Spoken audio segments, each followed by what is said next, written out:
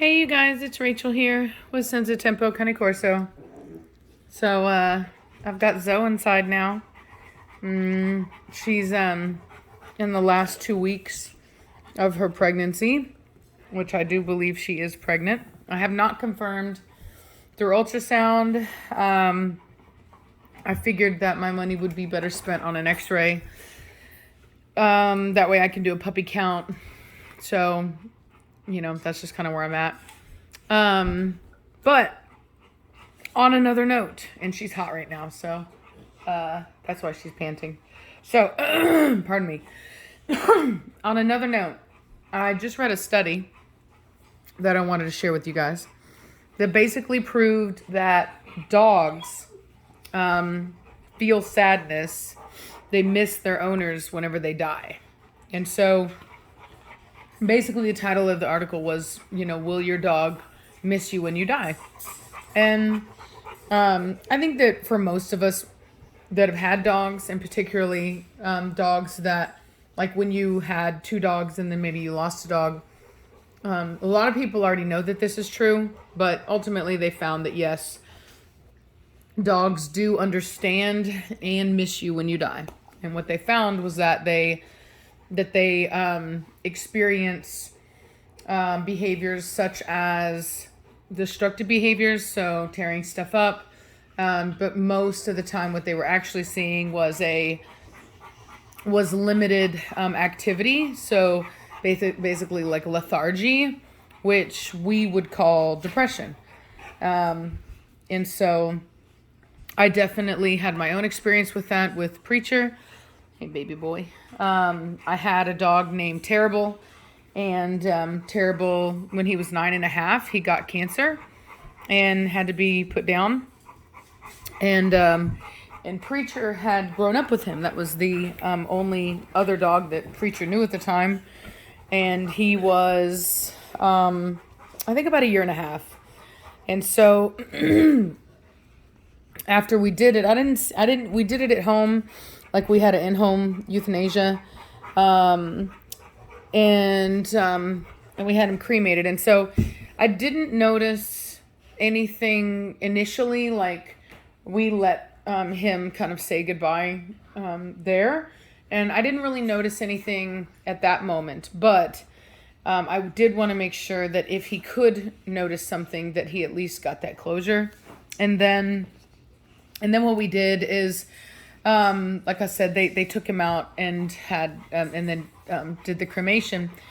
But what I noticed was that indeed he was very lethargic. And in fact, it was so much so that after a while, not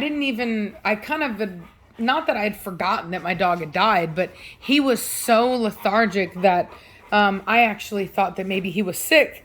And it took me a moment to realize, oh, no, that's not it. He's sad. And he just basically slept a lot. So other than that, you wouldn't have really known that there's like a bug on the floor. There's these flying insects that have been coming in. So, like I said, other than that, you wouldn't have known that there was anything particularly wrong with him, but he just slept a lot and just really wasn't happy and didn't want to do anything. And you couldn't really get him. Like if you tried to excite him to like go outside or something like that, it wouldn't work. He didn't care. He would just kind of look at you and then continue just looking sad, into space. And so anyway, I thought that was really interesting. More of what we already knew. Obviously, they're always, back in the day, they used to try to have, questions about whether or not dogs experience jealousy or anything like that, or even if animals have emotions. And I think that we're past that point now, and I think most of us already know that dogs miss us. But this is the one thing that I will say that I find interesting, is that it seems that they can tell the difference between a death and just someone not being around anymore or being rehomed. Like, I've never seen a dog respond to being rehomed the way that I've seen a dog respond to losing a family member or a pack mate. And I do find that to be very interesting. I think that it means that dogs are a lot more aware and intelligent than we even realize.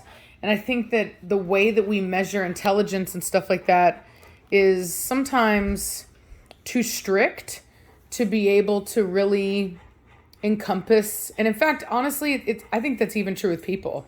Like, I don't think that you can really truly measure someone's intelligence with an IQ test.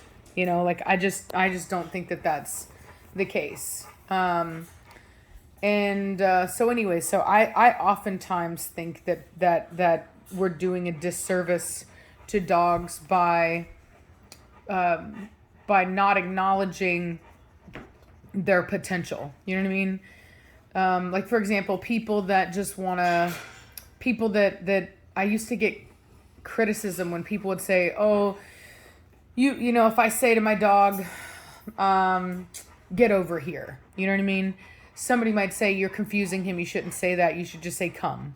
You should have a command. And like, I don't do that with my dogs. And I honestly don't. I'm not going to judge somebody who does. And it's not that I don't have single word commands.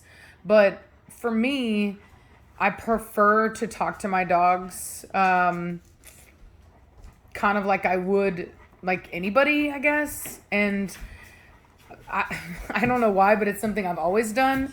And my dogs have always listened. Like I firmly believe that a dog is capable of understanding that come means come here. And that come here also means come here. You know what I mean? Or even come over here, right? Like I firmly believe, even if it's only that they know that you said the word come, and, you know, and so they're just like, I guess I'm just going to do that. So anyway, so I think that people really and truly underestimate dogs and for unnecessarily. Look at that. We got a moment over here. So Zoe is having a moment with Mona, the tail went down. Watch Zoe's tail. See that? Look at that tail, how it went, Zoe. So Mona went to the corner to try to avoid the conflict. Ears went flat. Not flat down like against the back, but flat sideways. Zoe, leave it. Zoe's trying to flex. Berlin's trying to freak everybody out with his Freddy Krueger eyeball. Psst. Zoe. Quit. No. How are you trying to flex? For real, you of all. Zolo. Zoe's not a dominant dog. That's why I say that. No, you're like literally on the bottom of the on the totem pole. How are you gonna come over here and try to flex? For real. But I had Nirvana in last night. She was trying to flex on Mona too, man. They're just like so mad. They're like, who is this girl and why is she in our house? Anyway, so long story short, don't underestimate your dog's ability. Stop spending money on studies to prove what we already know. I'm just joking. I like the studies. I do. I like the studies. Regardless of the fact that I do, that to me, it's like, what's that one? He goes, you have a profound grasp of the obvious. Like, like that's kind of how I see that. But still, for those that need everything laid out and scientifically observed and all that stuff, good for them, right? Like they have their proof now that dogs absolutely miss you when you're gone.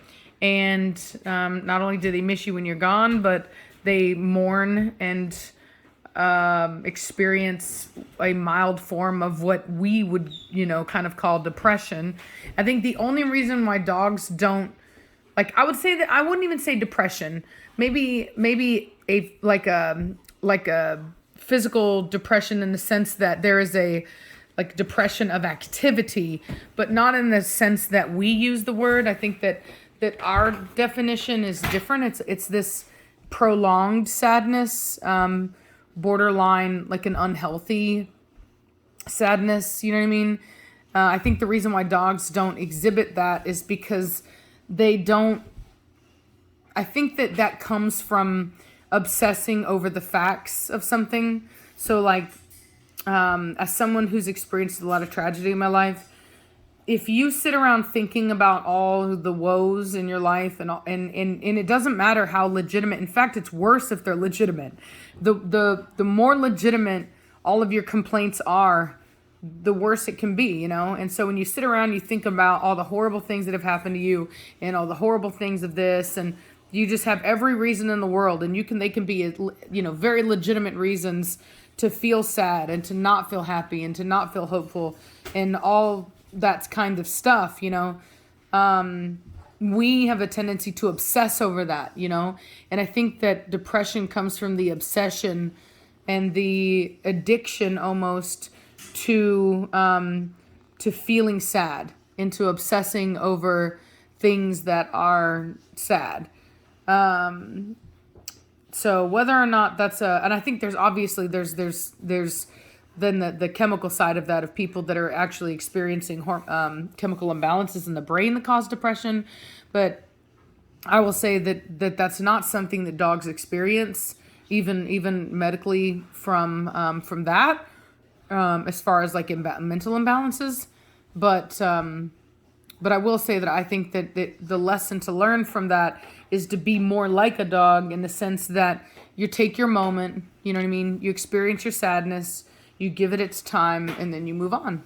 And you live in the moment, and you try to live every day to its fullest. And that's what dogs do. And that's why they're able to love unconditionally. So anyway, I hope you guys are having a good night, and I'll talk at you later. Bye.